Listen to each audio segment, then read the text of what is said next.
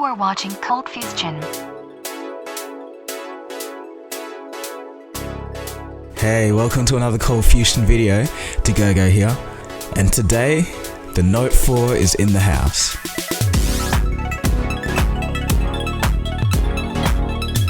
Yes, that's right, you'll be joining me in taking a look at the Samsung Galaxy Note 4 Cold Fusion style. It's a device that brings a little bit of sophistication to what was once a designless whole. Alright, so let's get straight into it.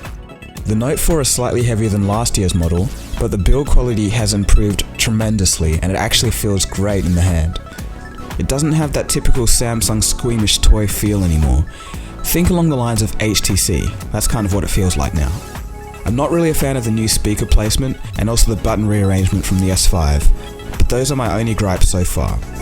The version I have in my hands is the LTEA Exynos version. So what most people aren't talking about is that this chip is 64-bit. That being said, it's running in 32-bit for this current version of Android, but when the next version of Android comes, we could possibly be seeing a large advantage over most other smartphones. The new CPU of the octa-core version has improved tremendously since last year's model, and it's slightly better than the Snapdragon model this time round.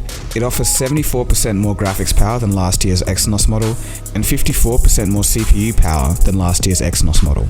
This version of the Note has the same graphics power as the late 2010 Nvidia graphics card. Okay, so you might be wondering, why do we need all this power?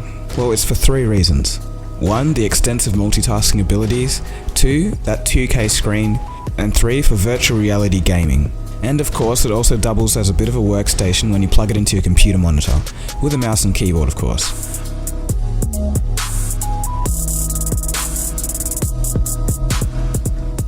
Alright, so some quick thoughts on the device.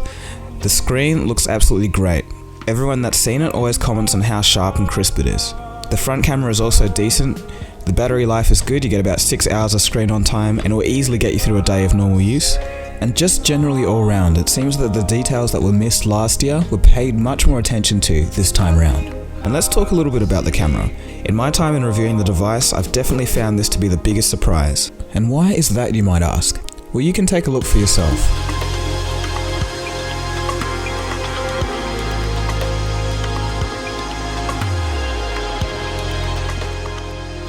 This was all shot on the Note 4's camera. If you're actually careful, the image stabilization actually works really well. Just look at this shot. I could actually see some people shooting some actual short films with this thing. 4K resolution isn't that terrible after all. The only thing that I'm confused about is how they got such depth of field in such a small physical space. And that zoom can get pretty close too. Yes, the Lumia 1020 might be better, but the Note's camera was just simply a pleasant surprise. The camera sensor is made by Sony, and it's so good because the sensor is 15% larger than the average sensor used in all smartphones. Great job by the Sony engineers here, and Samsung for their software processing. Okay, so some more on that radically improved build quality. So I've just set up this shot with the sun reflecting off the phone so you can really see the phone's curves and all the subtle details that Samsung have put in this time. The biggest improvements would be the feel and response of the buttons, the headphone jack, and the metallic trim on the sides, which does come across as a bit sharp. So the situation here is the sum of all of these little changes equals a solid device that is better than the S5 or anything that came before it. The design is quite seamless though, so it actually can be a bit slippery, so be careful.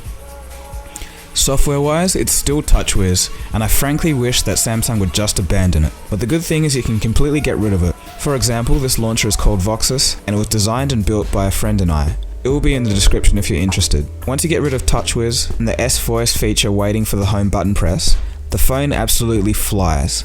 It has great performance. So, if I could roughly quantify it personally, I'd say that this phone is the best Note by about 40%.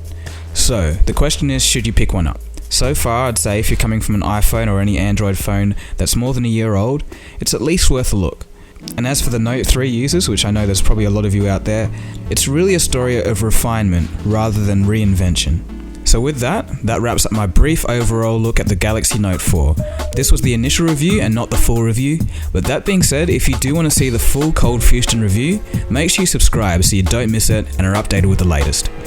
So just before I leave, I do have a little something. I did manage to get a bit of spare time and created an experimental concept music video for a song that I produced. The link for this video, the Voxus launcher, and Amazon links to buy the Note 4 will be below. Thanks so much for watching, guys, and I will see you guys soon for the next video. Don't forget to give a thumbs up if you liked it, comment and subscribe. I'll leave you with this. Cheers, guys.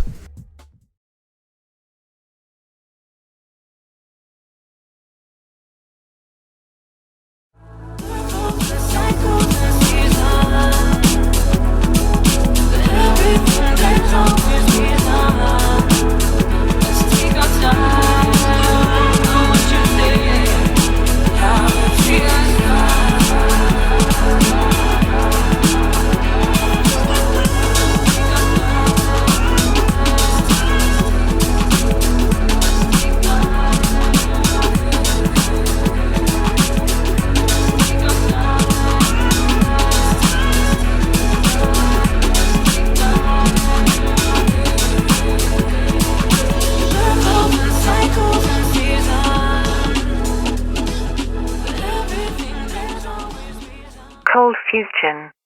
It's new thinking.